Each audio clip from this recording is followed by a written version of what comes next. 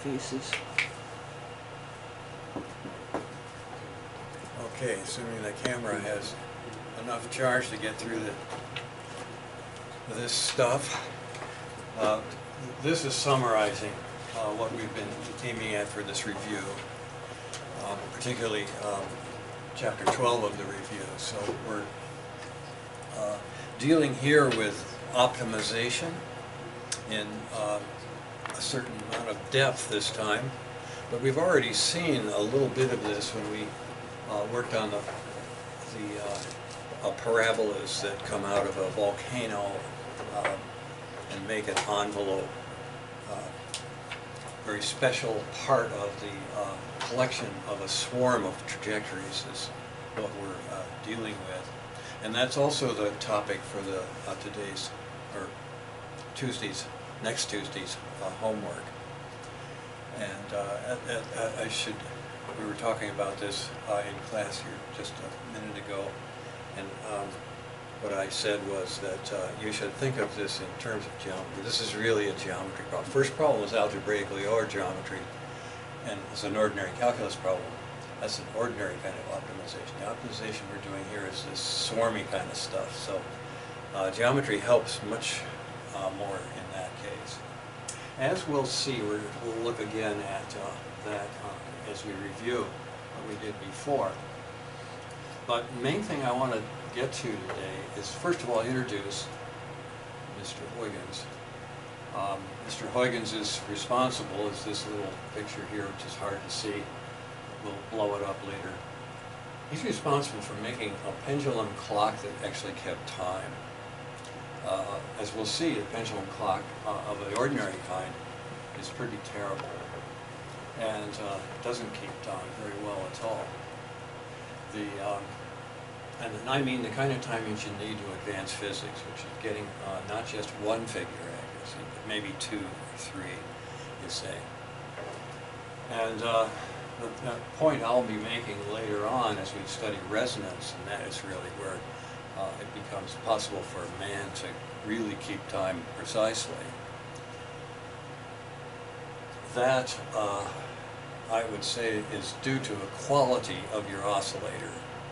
And the quality of an oscillator is, I think, matched very closely to the quality of the technology at each time in history. So we're going to be making that point really accumulating in Unit 4. But it doesn't hurt to do it now because we're talking about the precision of waves in keeping track of time today. Now, we're also finishing up the stuff that Hamilton did, and then Hamilton gets together with Jacobi. We have one more kind of equation, the Hamilton-Jacobi equations of mechanics. Perhaps the weirdest, classically speaking, way to say F equal ma. Now later we come back through coordinate analysis, the generalized coordinate analysis, to the Riemann equations, which is sort of in the center of that pile of paper on the wall over there. And that will be in Unit 3, where we introduce the full power of the metric analysis of space and time and mechanics. Now, I would like to explore the phase space that Hamilton works in. Lagrangian just works with velocity and position. That's fine, and it has power of its own just for making equations for devices. But the Hamiltonian has this phase plane, or phase space, and that's really where quantum mechanics lives. So the real thing that I'm trying to do in this particular lecture, and really for the whole course, is make as close a connection as I can at this level with quantum mechanics. That's a real goal here, and quantum mechanics is taking over. I don't know if you've noticed, just about everything that's happening that's new has something to do with quantum mechanics. It's very seldom you find something brand new in classical physics. So we're going to go through the basic ideas of where quantum and classical are married to each other, really. They're not enemies.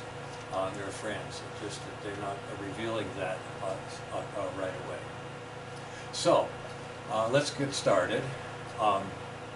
We'll remind you that there is a very special, it's called beachfront property for this volcano. Okay, very special set of points.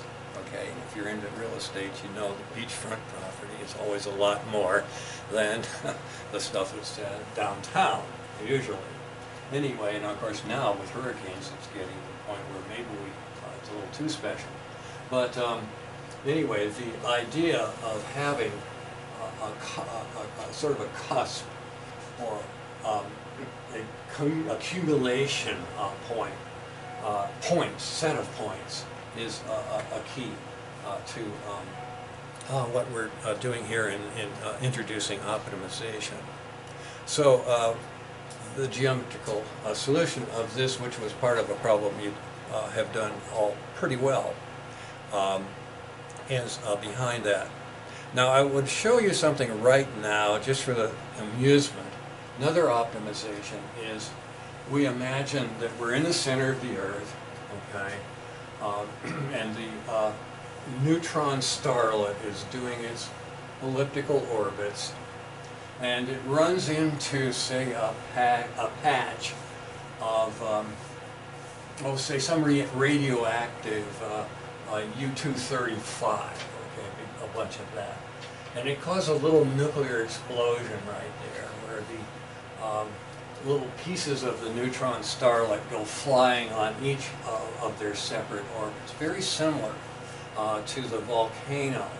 As you'll see when we animate this particular one, you can do this yourself later on. But there's the explosion. There's the blast. In this case, a circle. It maintains a circle, but it's a circle that oscillates between those 2 points, collapsing right there. Pretty cool. Okay. That's what would happen with an explosion if they all had the same velocity. So there'd be another ellipse for each of the velocities. Okay, that's kind of cool. Now you notice it's got a pretty little set of colors on there, right? That's what I want to show at the very end of this lecture. It's a really beautiful way to do quantum mechanics for certain types of classical problems, like this one. And this one has been set so that as I integrate the Lagrangian on a trajectory, I put a different color down for each value of it modulo, thinking of it as a clock, modulo 2 pi. Well, modulo h bar and 2 pi. So what's happening here is we're literally coloring this network of trajectories in such a way that we're seeing the phase of a quantum wave that would go on top of that. So this is a really clever way to approximate quantum wave functions. And I would see a positive phase here and then the opposite phase over here. See, so this would be an up and this would be a down. And that would oscillate like this. So this would be a very simple dipole-like quantum wave in this puddle of classical trajectories. So this is a really cool thing that we'll do at the very end and talk about. So I show that as an example. One thing to keep in mind when we do these burst animations, the separate particles don't interact with each other. Yeah, they don't. I mean, you could make it so if they run into each other, they scatter. Right? Well, nothing. You wouldn't get very far unless you make it really tiny. Okay. That's an interesting problem in itself. Okay. So it's sort of like doing n experiments. Yeah. Simultaneously. And not only that, but we're going to see several examples. This is really neat. Outside of the Earth, this is the inside Earth deal, oscillator one. But the other one has high symmetry, does the same thing. That is, if you blow up a bomb in space, all the particles go up, and there's some place where they're going to come together. The other focus. Okay. Well, this animation just lets them go through each other and come back and reconvene right here. And that's what it does with this particular two-dimensional oscillator as well. So there are things to play with later on, but I thought you should see it right away. Okay, let's back out, back to the lecture here. And that's the picture of the control panel set for doing that particular one. And noticing that if you draw a rectangle around it, where this is A of the ellipse, and you take your compass and strike an arc from A, it will go right through the blow-up point. So that shows very clearly that this is the focus of the ellipse that fits inside that rectangle. So more geometry to tickle your fancy if you have a love of geometry as I do. Okay, so we got a couple other things here that I think are interesting. But let's just do the plain old one-dimensional pendulum and get used to phase space, the simplest phase space that I can think of for mechanics. And the pendulum has really three different geometries, is my way of looking at this. Okay. This is the most common. This is just the force geometry that you would give to a sophomore in your classes, that you, lab classes that you're teaching perhaps. So the idea is that I've got a R here, then I've got an MG right here, you see, and then I've got an effective force. This is supposed to be a frictionless path for that mass. And this is the effective force right there, you see. And then there's your sine theta and all of that associated with this angle theta, which is the same as this angle theta right there, parallel lines and intersecting vertical lines. So here we're getting the force mgx, basically, where the x is r sine theta. Now the approximation that would make this a harmonic oscillator, as opposed to the terrible oscillator that it is when you have really small angles, when sine theta becomes very close to 1. To the extent that sine theta is close to 1, which is not very good for really high precision, this is a harmonic oscillator, as you've probably already learned. Now the energy geometry, figuring out how much, how high is it here? This is a Thales Euclid mean calculation right here. You see the idea of the size of this intersecting circle. If you were imagining a super ball hitting the floor, right, and penetrating to a certain distance h here, well, that distance h there is what goes into your energy, potential energy, mgh, is what we're talking about here. And the idea is that the geometrical mean of h, and then what's left after, you subtract h from 2r, that is the product of h times 2r minus h. And for small h, we neglect h squared, so it's very close to just 2hr. Well, very nice little geometrical thing that you get here. But that's the Euclid mean, that is the distance x here, this thing, is the square root of those two quantities, to be exact. But you would normally take that approximation if you were doing a similar thing over here. Now, time geometry, that's a whole other geometry, and that uses the rectangle associated with this geometry to show very clearly that you have a half angle here, and that's going to be important for all kinds of stuff. That's the stereographic projection angle that goes with something we'll talk about when we think of the function 1 over a complex z, and we're going to be studying complex variables in some depth, which will include that in the next two lectures. But anyway, this is the Lagrangian. That is the difference between the kinetic energy and the potential energy. And really a good source for blunders with signs here is what you put in these various equations, including the Lagrangian and the Hamiltonian. The Hamiltonian just has a plus sign here instead of a minus sign. It means it has a minus sign here instead of a plus sign. So just to warn you about, you know, and these are warnings that would be applying to the qualifying exam, which doesn't exist anymore, but you still can make mistakes that are on something besides qualifying exams, and sometimes they are more injurious. So watch out. Here's the Hamiltonian. Okay. Now the Hamiltonian is something we can plot, and from that plot see really what's going on. See this in a different light. Of course that's the name of this course, to see things in a different light as far as I'm concerned.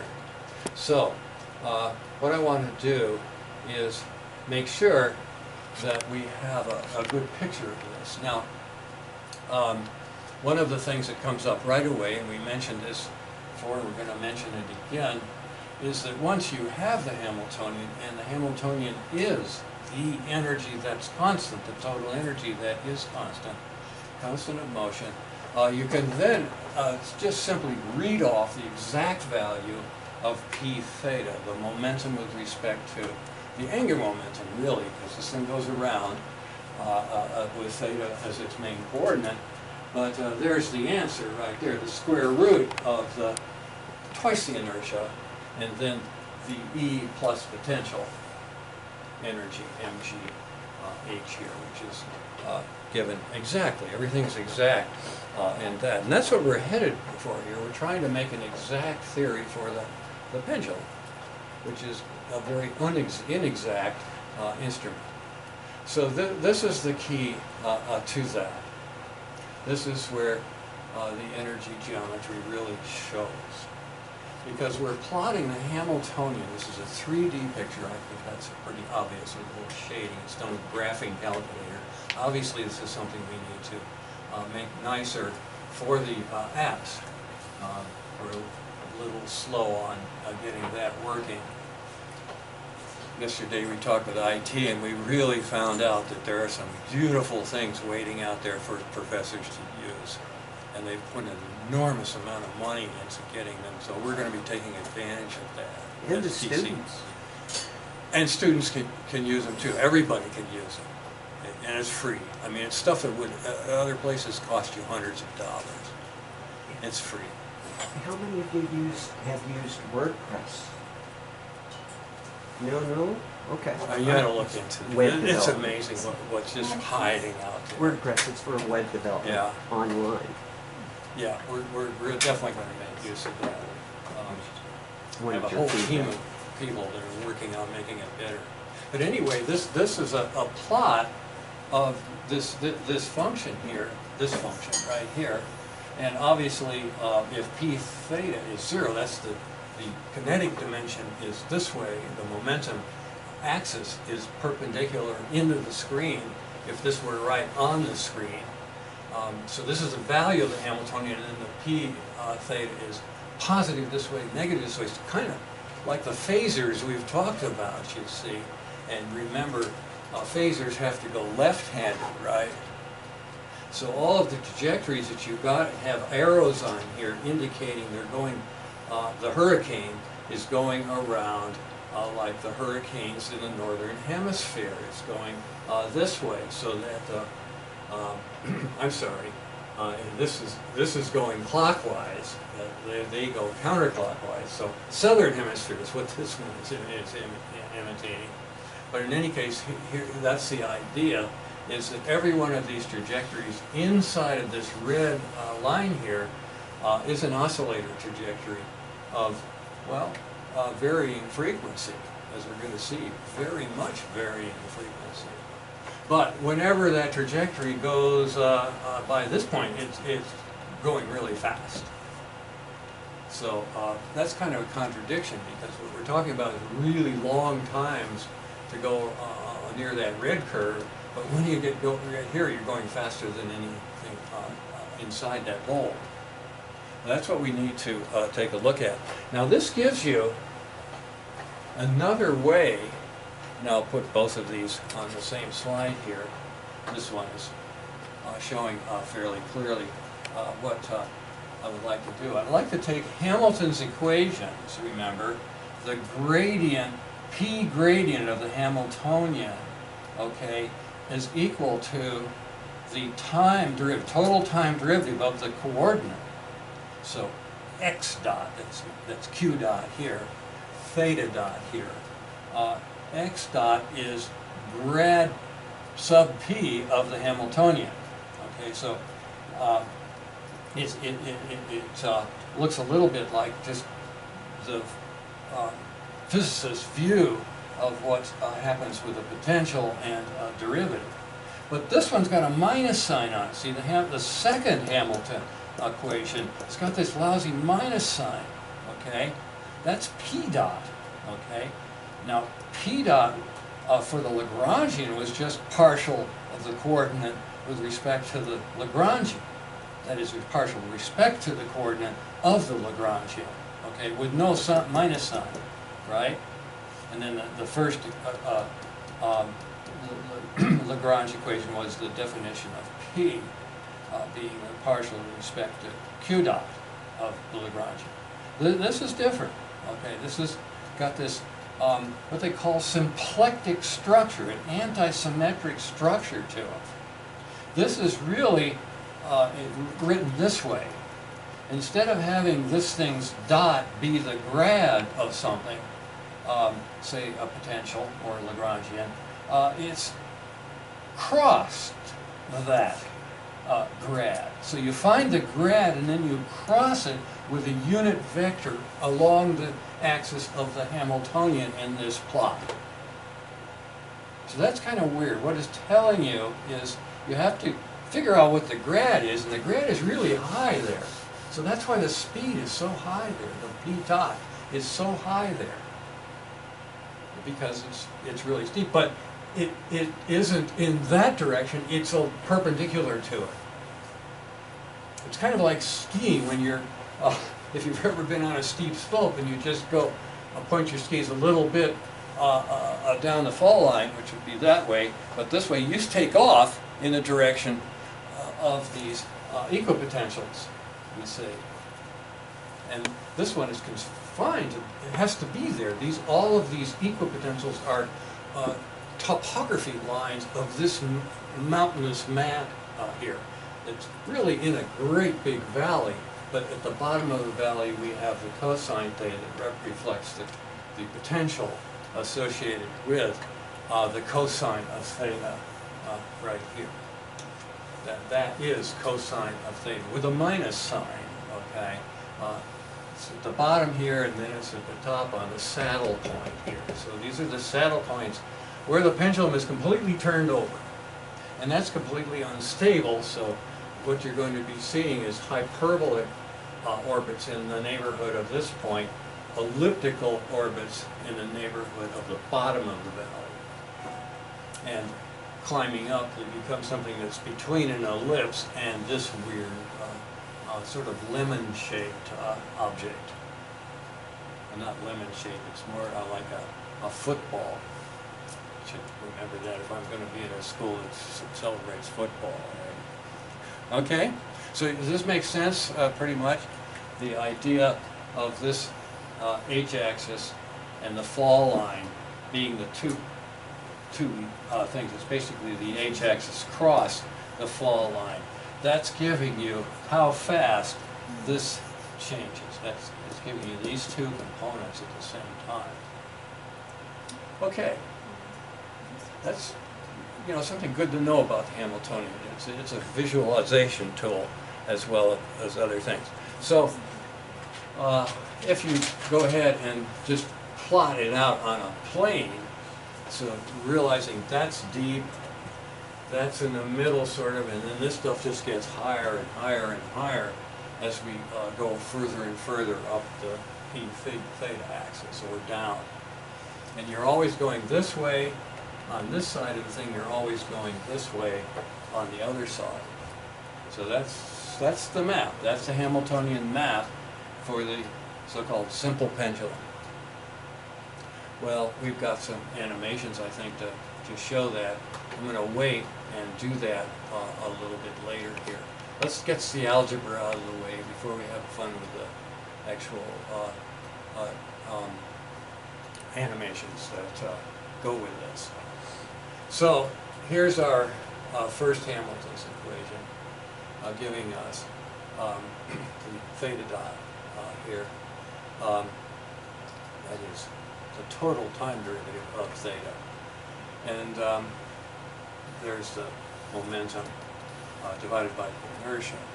Inertia in this case, if it was a point mass, is mr squared. Compound pendulum, of course, has more complicated expression for the inertial. We won't go into that right now. Do that later with the rigid bodies. But here's your way of writing that thing in terms of dt and d theta.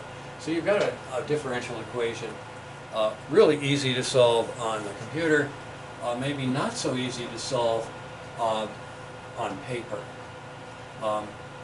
We look again at the quadrature integral. Remember I mentioned that for effective potential. Well, this is a real potential. Nothing effective about this thing. It's what it's stuck with in a gravity field. And you get this d theta over cosine theta difference between your initial and final. That's the geometry. That's the Thales geometry again at work. And to really make it at work, we're going to use the fact that I can write it here as sine squared of theta over 2. That's the epsilon angle right here. And that sets you up for a whole technology that isn't studied very much. Because we don't have to. You can put this damn thing on a computer and get the numbers, and the hell with the elliptic functions. But the elliptic functions have some real beauty to them, which we won't cover right now, but there are some really neat ways to look at it. And it's a lost art, dealing with these functions. So just to take you through that real quickly, this is the actual elliptic integral that comes up. There are all kinds of elliptic integrals, but this is the elliptic integral of the first kind and integration that you would do to figure out, and this is the definition of it right here, that's the actual elliptic function called amplitude something or other. The inverse amplitude function is what that's called. Now to connect this with what happens for low amplitude, and I see we have some font issues there, but I believe that's epsilon nearly equal to, actually I don't know what it is. Let's see what it does on the other computer here real quick to check that out. A little surprised there. Yeah, this is supposed to be epsilon much less than 1.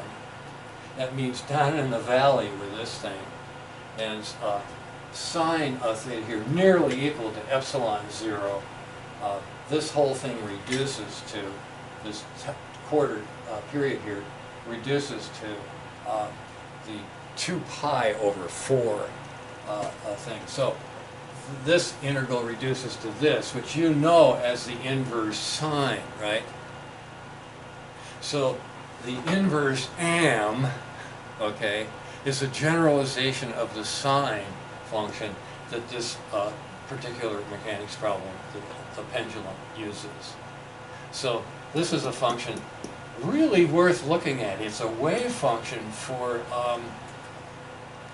nanoparticles in atomic clouds at low temperatures. That is what they call Bose-Einstein condensates. The actual waves in there, not that guy exactly. That's really strange. Okay, so he's worth knowing in quantum world. We know sine inverse, arc sine is worth something, right? We've seen it so much, but we're used to it. Not used to that guy. Okay, so I point that out for the sake of other things.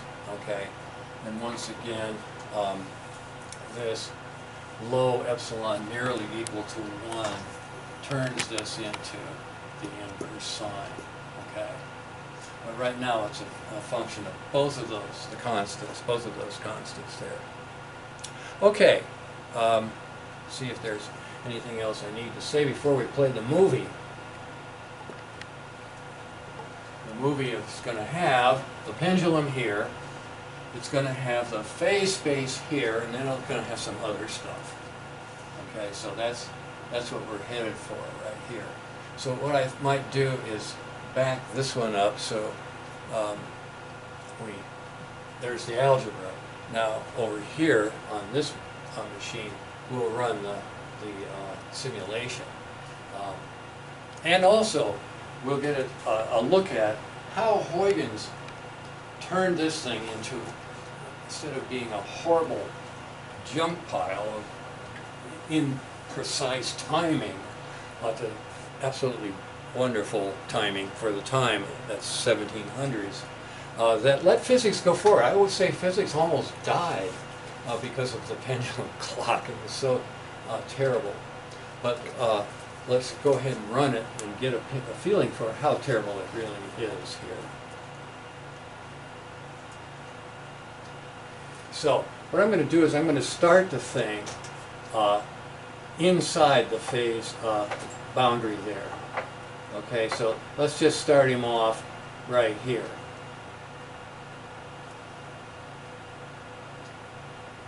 Now, just to make a comparison, let's start him off with half that amplitude. Doesn't look too bad, right? So let's go for a little bit bigger amplitude. Already you see it's crap. Now, the truth is, all three of these are crap. You're not even really getting one figure accuracy after you've had 3 or 4 wiggles. But you can see this one is, every time it makes more errors, arithmetically increasing the error for the timing, right? And finally you're out of phase very quickly, you see. So the inverse am function is what we're plotting. We're not plotting the inverse sine function. We're plotting the am function, not the inverse am function here versus time. So if I start the thing off a little bit more, say, let's just go ahead and start off at unit amplitude, you see by half a wiggle I'm completely out of whack. Okay. And it just gets worse from there. You see, it's just running away on us. And we're not even out of a region that would be reasonable to run a pendulum. You like to have amplitude because you get your signal to noise ratio down. But sorry, if you put some amplitude on this thing, it's garbage. It's just terrible. Look at that. Horrible. Now we're past the horizon and it's just a joke. Nothing's keeping time at all.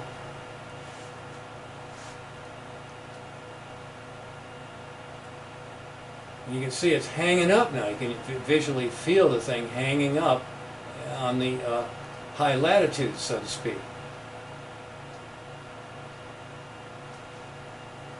And we're getting to the point where we started this thing, which is 3. We have a little bit to go here. We have to get to pi before we really start to feel the effects of that saddle point. Okay? So we'll just do that one again. It's a little bit off from the one that we started with, but it's close to it. Okay? And now I'm going to try to move in on pi without going past there. So let's go to here. Whoop, that's too far. Okay? There, I'm just going on a lemon that's on the other side there. So let's try again here. Nope. Let's try again right about there. There we go. That's pretty nice. Okay. Now one of the things you can do on this is you can really start the thing off right at the very near the top, within a pixel of the top. Let's see if that works. There you go. Now that is a pretty nice M function there. But to really do the quantum physics of the nanoparticles, you need more than that. You need something that goes like that down to Springdale and goes boom, and goes another 50 miles on the low amplitude and back up again on the scale of things that we're talking about here. We had big issues with navigation back then. Was it getting lost at sea? That's what paid for the improvement in time in the British Isles. In the British Isles, they offered a prize for somebody to improve the chronometer, basically to invent the chronometer, okay, which is just a clock with a very good, movement, okay, that's, you can count on. That goes, I mean, what is a pendulum out at sea, right? You're going like this all the time, and you put a pendulum, no matter what you do, that's not taking time for you, right? So the British Admiralty virtually founded Cambridge and Oxford, mainly Cambridge, and they turned it into a war on time, and had these students working 10, 12 hours a day learning calculus and all kinds of stuff. I mean, the people were almost dying. They were collapsing in class, just having to be taken to the infirmary. And so somebody suggested, they really ought to get some exercise. This is an interesting history here. They really ought to get some exercise. So they got, some people that knew how to train, people that were doing things like crew and stuff like that. But this really hadn't happened yet. The whole idea was to get them out, and they formed little teams, and they played games of various kinds of, lots of stuff, okay, get your heart rate up and all of that. And sooner or later, Oxford heard about this, and they decided they better do it because their students were collapsing as well. And then they had, that's when they started having extramural as opposed to intramural competitions. This was the beginning of what's crazy in this country. The football, right? And of course basketball. They're all big money sports, right? This is where it started. And the people that were training them were called coachmen, because they were like the coachman on a carriage, right, with a whip. They didn't actually use the whips very much in the thing, but they were like coachmen. They drove the students, and that's where we get the word coach. Okay, really kind of weird. All this to get time more precise. And I forgot to tell you why they were so interested in that. A certain battle, they misjudged the time of the tide. The fleet got grounded and shot to pieces. Everybody died. I mean, it was an absolute disaster. So the British said, we're not going to do that again. And that's the founding of the science of Cambridge. Okay. Well, that's a kind of gruesome tale of what's going on in this business. Okay, so the rest of this phase space, you see, if I start the thing over here, I go over the top and I keep going, right? I started over here, it's just the opposite. I'm going the other way.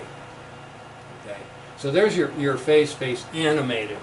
And the only one that can really animate, I mean, that's kind of fun there, just whipping around like that. And this is the Fourier Transform of the coordinates down there. So the thing to notice on this is if you start the thing pretty close to here, you have something that's almost a square wave. And the Fourier transform, that's the Fourier series for a square wave, is very much like this. Just gets a peak here. Then there's, that's 1 unit right here of the frequency, fundamental frequency. Then 3 units later, I see another bump there, okay, with a minus sign. So that's 1 minus a third plus a fifth minus a seventh, which you can't see those higher order things until you let this thing run for a very long time. Then there's the derivative of it right there. Kind of. It's kind of the derivative. The Fourier transforms have worse things. We'll talk about that later on as we use them for waves, wave mechanics. But that's the story for this particular object, the ordinary pendulum. Okay, there's just a freeze frame of those. Now, what I'd like to do is bring in Mr. Huygens. And this is way before this thing with Cambridge sports and the rise of the science to become really part of the society, whether good or for bad. Mr. Huygens is in the 1600s, basically born in 29, dies in 95. Ripe old age 66. Okay. Now, what's in this room that honors Huygens is this thing. And it's over on the opposite wall, just above the sink there. And what it is, and let's just go ahead now and show it on the screen here where I can point at it. It's not in very good working order at the present time, but basically the way you run this thing is you take this ball right here and just move it off a little bit, and it'll be an ordinary pendulum following the circular arc. The circular arc is seen right here. And if you go over and look at it, you can see that the circular arc is really close to the cycloid anywhere beyond about here. Okay, you barely see some spacing between the circle and the cycloid. The cycloid is the dark curve that is made by unwrapping from an upper cycloid. Okay, so that all these pins are stuck into a fiberboard so that the inside pendulum here can unwrap and follow the cycloid. And the cool thing about the cycloid is no matter what amplitude you pick, it's the same frequency exactly. Discounting friction in air and all that kind of stuff. Okay?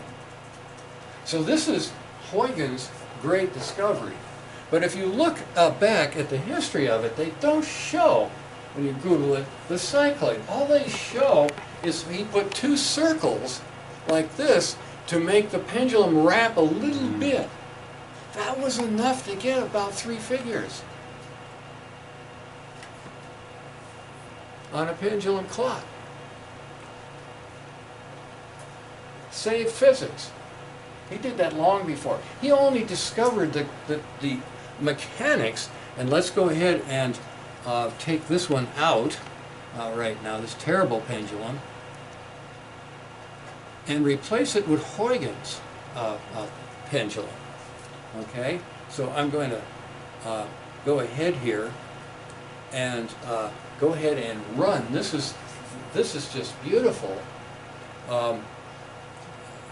It's I'm sure Huygens would have enjoyed seeing the animation of this thing, but let's just take a look at it. Okay, so they're starting off, and you can see right away what you're getting isn't a sine wave, it's a sawtooth. Okay, now the idea of this, of course, is that if I do low amplitudes, it's just going to behave like the other one, more or less. And as I crank up here on amplitude, you're not going to have a problem with your zeros coming in at the right moment, half period. Okay, no matter what amplitude I pick, I've got something that runs true to a single frequency. And later we're going to have a problem figure out various things about this cycloid. It's really kind of neat. Let's do a few more here where we really push it. And this is, I've got a little problem with my mouse here.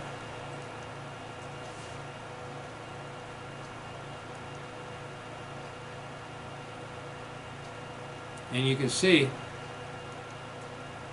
how, you know, this thing is just true all the way to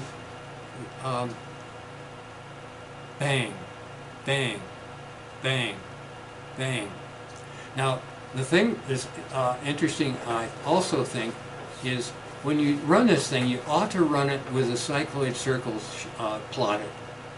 So let's go ahead and reset that.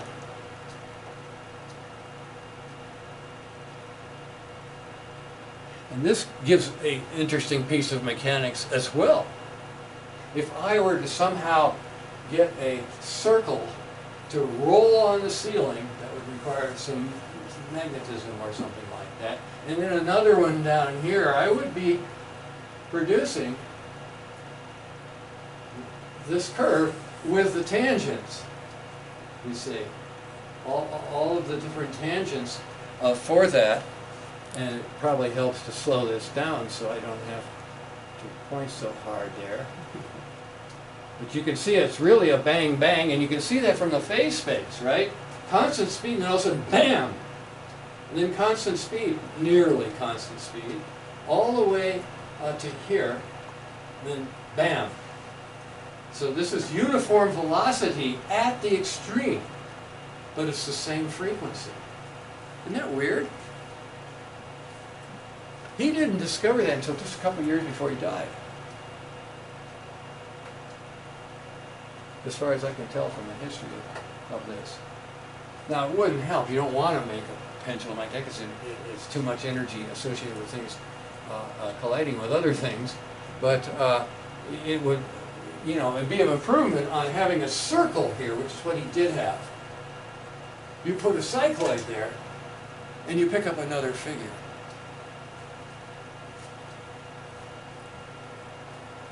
Of precision.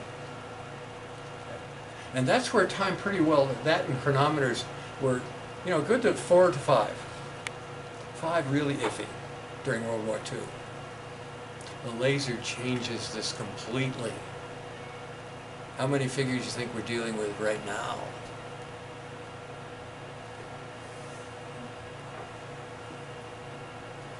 More than that. More than that. More than another hand. I heard 16. You're close. It's 18 now. Really recent. We're talking about, you know, seconds compared to age of universe. Fractions of seconds, age of universe. Yeah. Scary, huh? Godlike. Okay. There's static pictures of that. Now, this is something, we have a little bit of time. I can play with this one a little bit, but it's something that you probably like to play with. Anyway, this is where it's important to know that problem where you trace the equilibrium point of a potential that has an electric field that's proportional to, in this case, y, x, the usual variable, and then the potential of that is connected in the sense of putting a force field on this thing that just simply moves the parabola over but also down. So the new minimum is located on that dashed line, which is just this curve turned over. So it's a mirror image of the potential with no electric field, which is just sitting right there. So you remember that problem, okay? This is going to be it in action. And the object here is to use the phase space that goes with this parabola. As you move this parabola off-center, your phase space goes with it, and they're, in this case, they're scaled so they're all circles, not just the elliptical sort of things that we're getting here. And this is a parabola, so this is a harmonic oscillator, and they are indeed all elliptical, if in general, but here scaled, they're circles. So this is what I call the catcher in the eye. The idea is that if there's this thing is following a phase plot, and you catch it over here, it'll stop. In other words, you bring the eye of the hurricane to the particle to give it some relief. It's not going to move now. Here it's just tearing around in a counterclockwise circle. But if I can move the eye over, well, if I can move the eye down here, but I can't because that's actual motion that I'm talking about. I don't want to do that. That's a whole nother story about trying to do that. But anywhere on this line where I could stop it, I would just bring this thing and catch it right here. And then I want to make it move. I take my eye back here, get it over to here, and then catch it over here. You see? So the idea is to have a phase control of, say, an atom in an oscillating situation. Even more so when you put a magnetic field on this thing so that it's doing all kinds of cycloidal rotations, you can catch that. So it's something to think about. It's what you call varying phase control dynamics associated with that. So we'll play with this a little bit, just to give you a feeling for it. It's not something I've become skilled at running, so please don't laugh at me as I fail miserably at certain maneuvers that come up here, but it's worth going ahead and trying it out. Okay, so there it is, and the thing that's underlined there is the web simulation. So here's the situation that it comes up.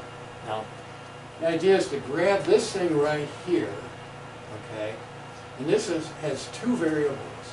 The first one is QE. Right now QE is negative, so we've got the electric field that's taken us off-center there from where it was if you were with the original thing right here.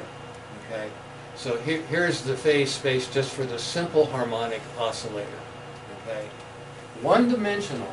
There's only one position here. This is velocity in some units or momentum. It could be p theta, and the other one could be theta. But we're talking harmonic, so there isn't any problem with timing. This thing is going to maintain a constant frequency no matter where. That was part of the problem, remember? No matter how much field you turn on, it's very difficult to change the frequency. That requires inharmonicity of some kind. Okay. So the idea here is maybe I can catch that thing over here. Whoop, I missed it, you see. If I could just get the thing where it slows down, right there, whoop, it went by me. So you'd have to plan the thing to get it to do that. Now let's see if have we put a fine equilibrium on this thing yet? Not yet, sir. No. Pardon? Not yet. Bad boy. So that's something you need. We've definitely, you can see how hard it is to catch that thing. The other thing that's interesting is to do control by warping the ellipses. Okay, that's called parametric control or parametric amplification. Most of the time, whatever you do on this thing amplifies the thing. But that's the other way and we'll talk about parametric resonance in oscillation in Unit 4. There are two kinds of oscillation and driving. One is driving the amplitude of the electric field, and the other one is driving the K constant, the parameter of the oscillator. So it's called parametric oscillation for that reason. So this is a little toy that needs some development, but it's the basic idea of it, okay, is that. Now, you can always reset the thing to 0 very easily, and then you pull the thing off and then you put it back, and you've got it moving, you see. So now it's a question of how do you bring it back. You got to go out there and catch the thing, And I think the way for us to do that is simply slow this thing the heck down. We ought to make a default here that's a heck of a lot slower than what we've got. And 10 to the minus 8 is not my idea of a good one. But this one I think I can do. I can go over here and catch that thing.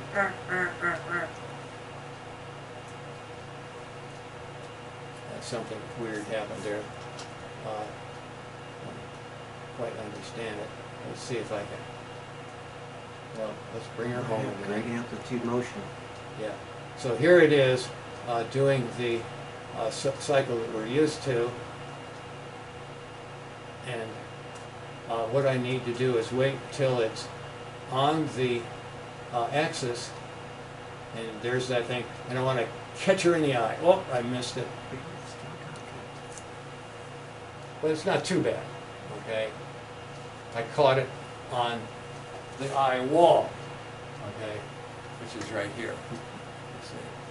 So the marching orders is what Hamiltonian gives. It tells you where to go.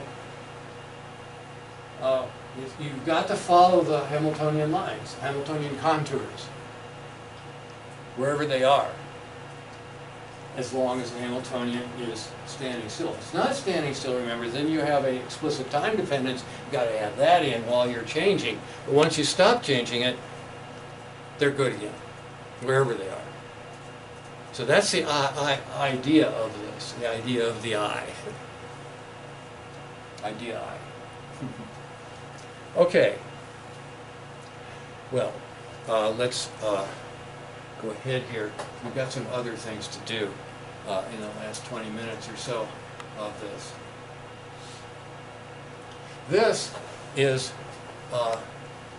having to do with a weird derivation of Lagrange's equations, and that leads to all of the stuff that has to do with marrying classical and quantum ideas. So does this, but we'll take it more simply here. This is where I thought was pretty good place to review, but most of you may have not reviewed this. I mean, viewed this thing. To review, in order to review something, you have to have viewed it. We're going to view it now, whether it's a review or a view. And the idea of variational calculus is to find an extreme value that's minimum or maximum. In other words, an optimum value. Optimization here is the word for entire integral. Okay, and I'm thinking of the action integral that we talked about. The action integral is the integral of the Lagrangian with respect to time. Remember, Lagrangian is a function of a coordinate, general a queer coordinate. Here we'll be talking just x's like that. Q dot, that's velocity, and time. And in general, we can imagine that there's an explicit time dependence in the Lagrangian. Okay? But we're going to leave that out. We're going to imagine that this is an autonomous problem. I don't have my hand on a control knob. So, what we think of is, first of all, possible trajectory due to that Lagrangian as a function of q and q dot, no t. Okay? And let's imagine an arbitrary but small variation of that trajectory that was not the trajectory that the Lagrangian had in mind, but just a little bit of variation. And then I put this point up a little bit, maybe this point up, and this one up, and so on. All of the points along here could, in general, vary. Or I could just go along this curve and then just jump up and then jump back down to the path. So you just have a little bump there. I'm allowed to do anything I want in this development, except have any variation at the endpoints that I've declared for T0 and T1. That's the one thing we'll demand. I don't, I hold those things to be exactly 0. So what we do is we look at the first order approximation to this action function due to me screwing up the Lagrangian a little bit. Okay, so I got this extra q here. That means I'm going to have something that's a function of delta q and something that's a function of delta velocity, q dot, delta q dot. So, that's definition. Total time derivative of that thing. Okay, so that's assuming that I have a continuous and differentiable error that I'm putting on this curve. Okay, so what I'm going to do is do the thing that, remember, this kind of relation was used to derive Lagrange's equation. So is this weird derivation making use of that. But basically what I'm doing here is I'm taking this u, that's the partial available with respect to q dot, that's the momentum, remember. And here's the time derivative of the velocity. Okay? And I'm writing it as the total derivative of the product of those two things, minus, and then the other one, the v, is sitting outside there. Okay. So what I want to do is, put that in this relation right here. I want this dt here to exist. I'm taking this part right here and sticking it outside of the equation here because it's a total time derivative and I'm doing an integral of the total derivative, so I'm just going to get that thing. And then I've got this thing sitting inside here, and it's a total time derivative, but I've got the dq here, so I can't just clear that. But let's take care of this one right off the bat. That becomes this thing. The integral and derivative cancel each other, but I still have to take the limits, but I don't because of this. Okay, I'm guaranteed that that term is not there because of requiring this. But the other one is. And well, the idea is, after we get rid of the third term advantages, this leads a first order variation of the thing due to my sticking these error dq's at every point except the end points. Okay? And the idea is that that variation, the idea is that that is actually a minimum value, but it's an extreme value, plus or minus. Worry about whether it's up or down later on. Depends on what sign you put on the Lagrangian, really. Okay, so this occurs if and only if Lagrange equation is satisfied. Okay. So, if somebody tells you that all of physics is due to minimizing the action, that is, minimizing the integral of the Lagrangian over the trajectory, you have derived Euler-Lagrange equations. The problem is, why? And now this is a real flaw I find in Feynman lecture volumes, because he has this beautiful lecture on describing calculus of variations. And he credits his high school teacher, Mr. Bader, who told him about this. He says, Feynman, you're looking bored. Here's an interesting thing about mechanics.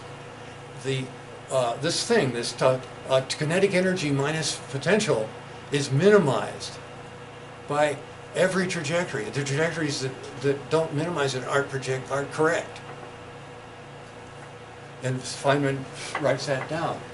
But his whole thesis, his whole thing that he did for his PhD, is answering, why is nature so inclined to fly just so as to minimize the Lagrangian?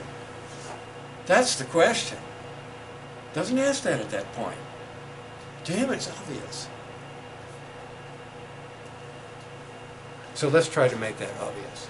That's the thing that I think is really key to here. And this is where Mr. Jacobi comes in and gives us another set of equations to go F equal ma. But these are weird equations. These are really weird because they're on the border of quantum mechanics, as you'll see. So we already have the Poincare identity, the relationship, the Legendre transform, if you will, between our Lagrangian and our Hamiltonian, and we're going to make use of that. Okay. The Legendre transformation to give me a Lagrangian, if I knew the Hamiltonian, okay, and remember it's a function of p, this is a function of velocity, so we've got this product of those two independent variables, between them, okay? Now, if I just multiply these by dt, okay, just put the dt in front of everything, what I'll get here is, after I do the v equal dr dt times dt, well, that's just dr.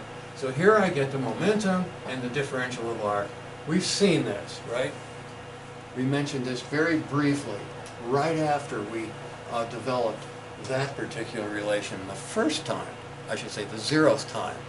Then we re-derived this thing by ordinary means and didn't make a point about what we're about to do right here. Okay, so there it is. You can either write Lagrangian in terms of Hamiltonian, or you can switch the two. They're both Poincare identities, but this one is the crucial one. This is the one that makes us respect the quantity called action, which is the integral of Lagrange with respect to time. So this is differential action, okay? And the action whose time derivative, total time derivative, that's the rate L, and it's the rate L of quantum phase. We already mentioned that because we already know from Planck's rule in 1900, and then 21 years later we get a relationship between momentum and the k vector, right? That's a big 21. That's a lot of time between getting those two things right, isn't it? Most people don't realize de Broglie comes 21 years after Planck. The Planck energy equal h bar omega. 21 years later. That's a long time, right? You gotta wait that whole time before you legally drink a beer, right? Okay, so that's what we're dealing with here.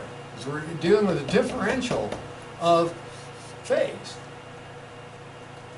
I'm talking about matter wave phase, the phase that we so must respect. Okay, this is a total time derivative, all right? Now, you got to integrate that thing to get the phase, right?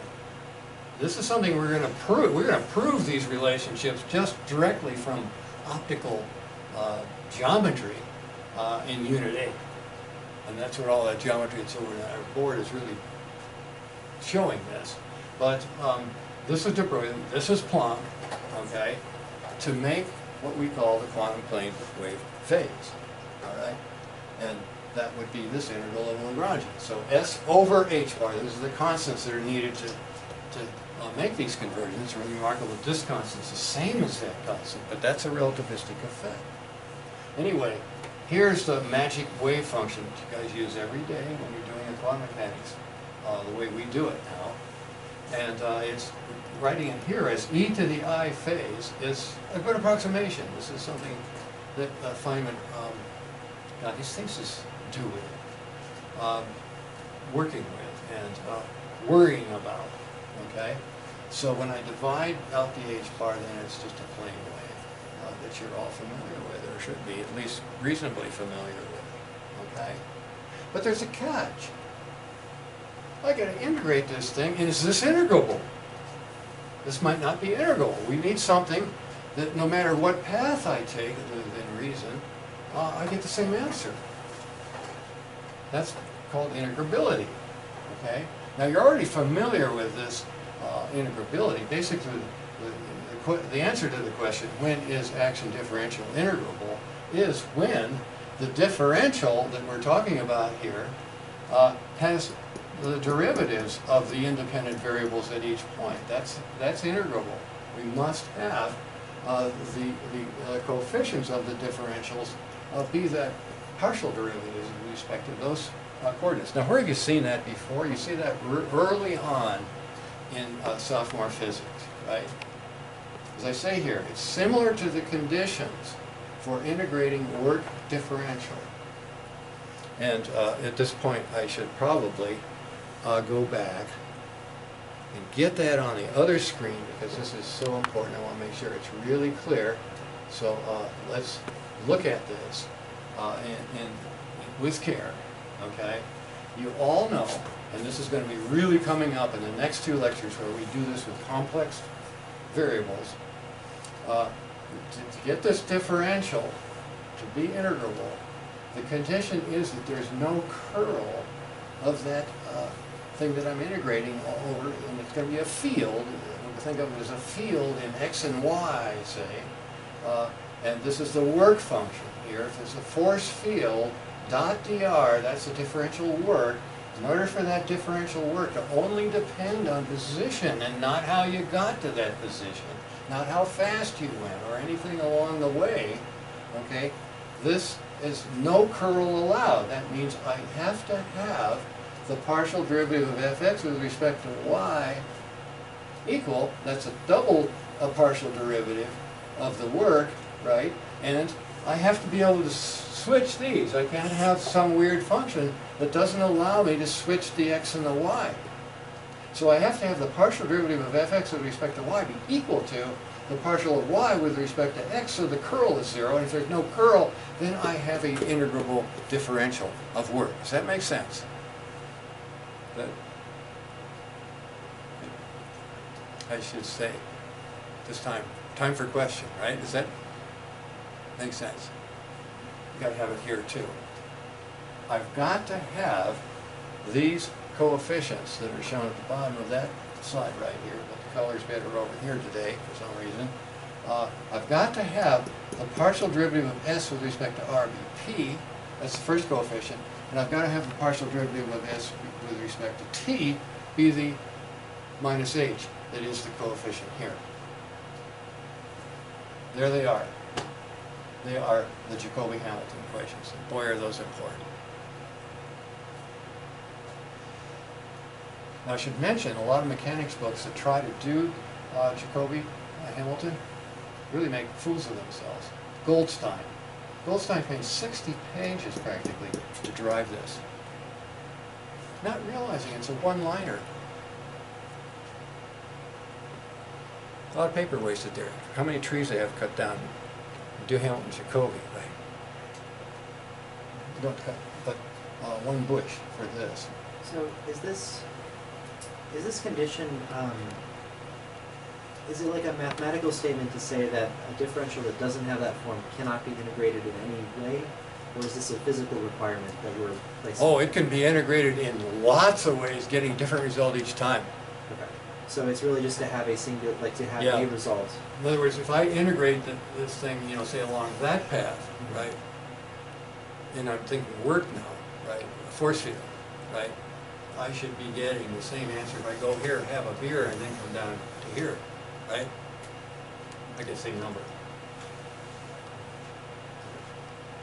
That's what you call integrable.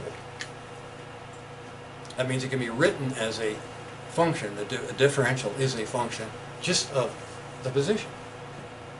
The two independent variables that we have here are kind of weird. They're not x and y, they're dr and dt. So this is, we're doing relativity now, right? Does that make sense, Bill? I think so. The key thing about work, right? Well, is there a reason then that we require that everything be path independent? Like friction is not necessarily. Oh boy, you put friction in there, you're dead, right? Okay, so this is only. Yeah, because that would typically be functional velocity, right? Nope, we have workarounds, but we haven't covered the technique. Yeah. So the deal here is that, you know, within reason, I can take a whole bunch of different paths to the thing and get the same action. And that better be true, because if the action is very different, it's going to cancel it out. That's the next topic.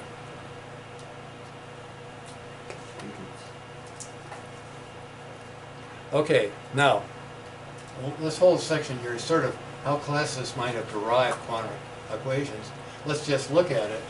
Let's go back to that wave function, and suppose I could write it that. Now that's an approximation. I really need some amplitude changing here, but let's just consider waves that, you know, have tremendous P's and H's, but that they don't change that much. They're small. So this is integrable if that and that, okay? The Hamilton Jacobi get their way, all right? So I'm going to just take the first R derivative of this wave function and see what that is. Okay, so I end up here with a partial derivative of the exponent time the exponential doesn't change, right? So I get I over H partial S with respect to R, all right? So what I can do then is I can say, okay, this partial R is equal to, and I get an equation for the partial derivative of R right here. If this is true, this thing is just P, okay? There's your first axiom of sophomore, it's really not true, junior level quantum mechanics. The momentum operator will be replaced by H bar over I partial R, right?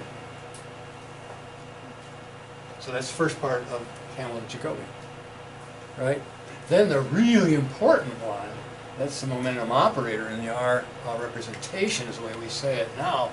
But the t derivative, okay, I do the t derivative of this thing. Again, an exponential, but now I got the t derivative of s. But I know what that is. It's minus h, right? So I go here and I put it in. Okay, I get a h bar minus h goes into that. Okay, bingo. I h bar, not h bar over I, a partial respect to t is h. And guess what that is? That's Schrodinger equation, right, for time dependent. And that's relativistically correct. That's what's cool about this. We're dealing with a relativistic invariant here, that thing. Relativity is a quantum mechanical effect and quantum mechanics is a relativistic effect. They are the same subject. That's what we're really selling here. Okay, if you want to say, what are we selling? That's what we're selling. Main point. And we'll see that in Unit 8. You can go ahead and look at it ahead of time. Okay, this is Huygens contact transformation. Huygens known for the Huygens principle. That's what we're talking about, contact transformation. From one point, which makes little wavelets go out and make, with their contacts, another wave. This is the way waves are created, recreated, over and over again.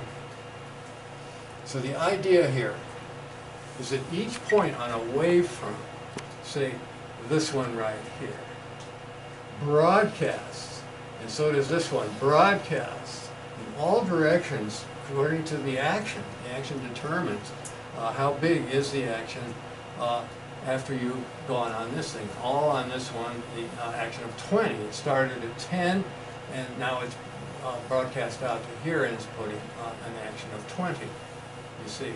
And I keep doing those things on each of my previous wavefront, and I create the next wavefront.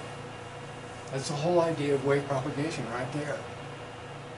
Now I find it funny that Feynman's thesis doesn't even have a picture like this. This is so important. I mean, it takes us back to Huygens.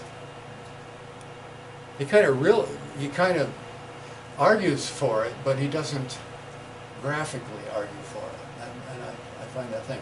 Now, the whole other idea is that your accumulation, this particular line, as opposed to one that goes to here and then jumps up to here, okay, this is fine to this point, and to this point and this point. That would be a valid trajectory, and so would this.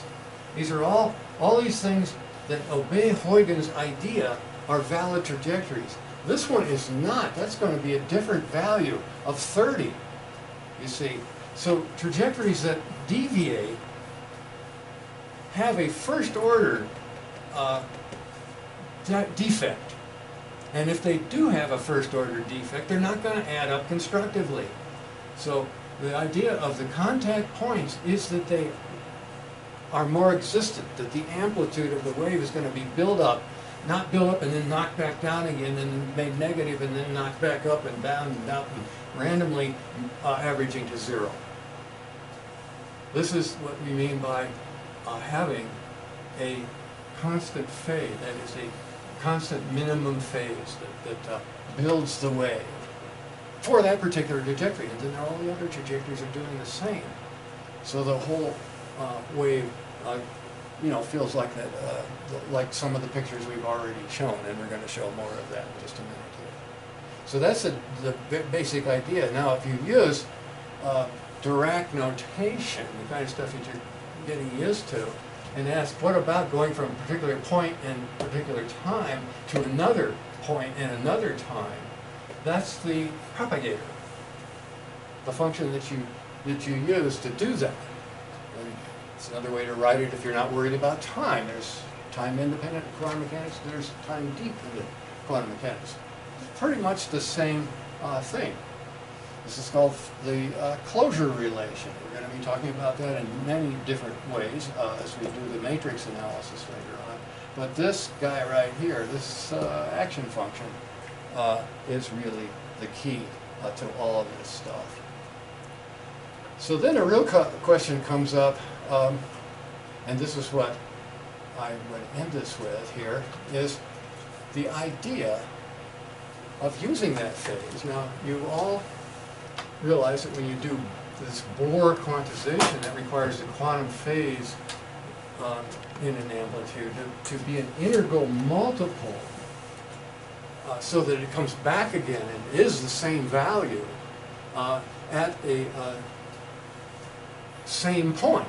That is, if you go around some contour and come back, you better be getting the same value for this thing when you make the two variables the same in there.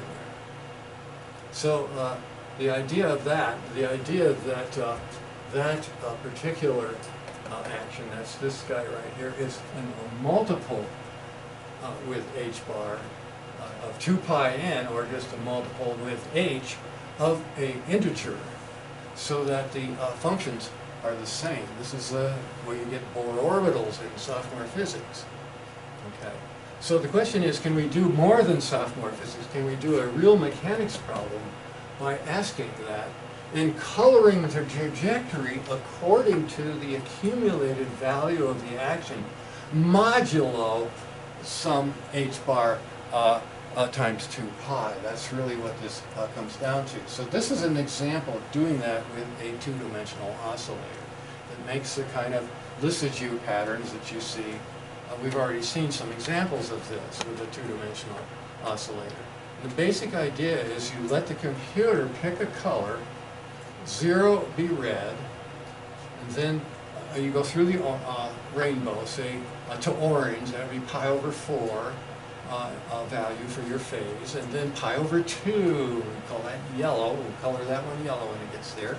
And then you go on to green when it gets to 3 pi over 4. And then to cyan, you see we're getting part of the rainbow here. And we're ending here at pi with a color that is opposite to red. So if you do a color wheel, and you have them in your computer when you set your colors of fonts, right?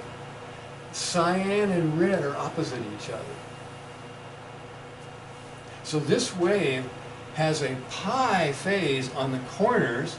That means that if you were to plot the quantum wave that goes with a two-dimensional oscillator with this particular set of quantizing values of momentum, you would have the wave down where it's red. That means the center would be down, the corners would be down, but these two regions would be up. And in between them, well, right in here are nodes. Nodes where all of the other colors are sitting there and sort of canceling out into gray. So this is what this is where I ran into Rick Heller and his student Michael Davis, and we were trying to do this on the Los Alamos machine that had, you know, color graphics. It was really amazing to have this. This is a really long time ago. We're talking about 1981 here, okay? That's almost 40 years ago, okay? This is what we call a semi-classical way to make molecular spectroscopy. This is what Rick was interested in, and I was also. So I finally got a Macintosh to do this. That didn't come until a few years later because the Mac didn't come out with full color. So about 1984, there were you could get a machine. Now this is the one that I wanted to show you just to give you an idea. This is an open system in which all the colors can exist. This one doesn't have the boundary here, sending the thing back onto it and forcing you to restrict yourself to either pi or zero a phase. This one has the whole rainbow. And that's kind of neat.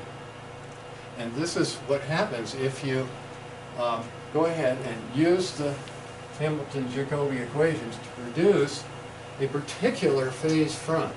That is, this is expanding, and then it gets real funny. It makes little cat ears on the border of the parabolic. You can see it more clearly here.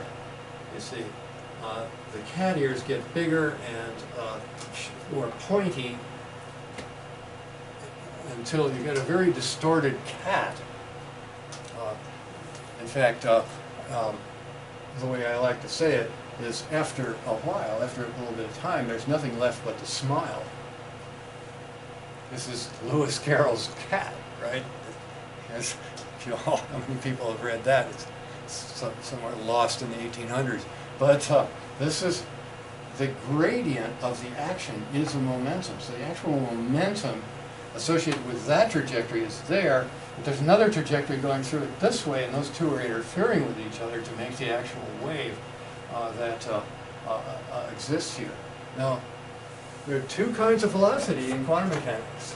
One is the phase velocity. That's the velocity of the heartbeat of the wave, which is involving the Lagrangian and its oscillation.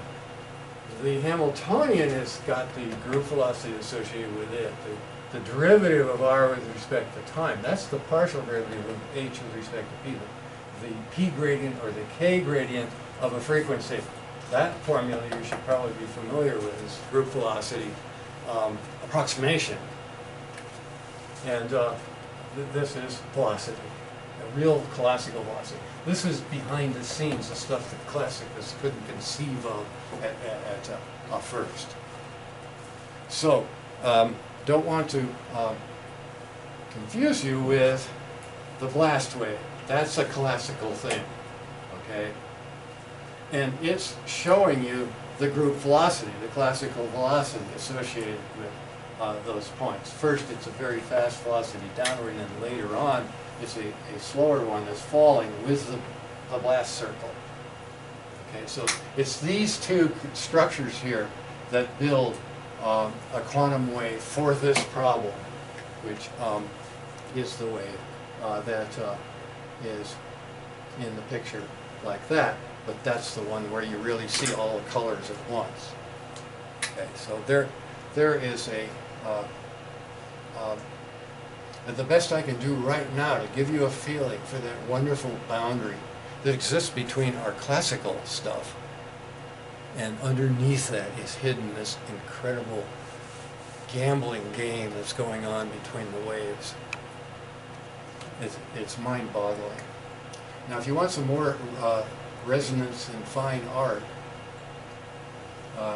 check the Hella galleries. I got Rick to come to here on October of 2002, and it lasted until December 2002.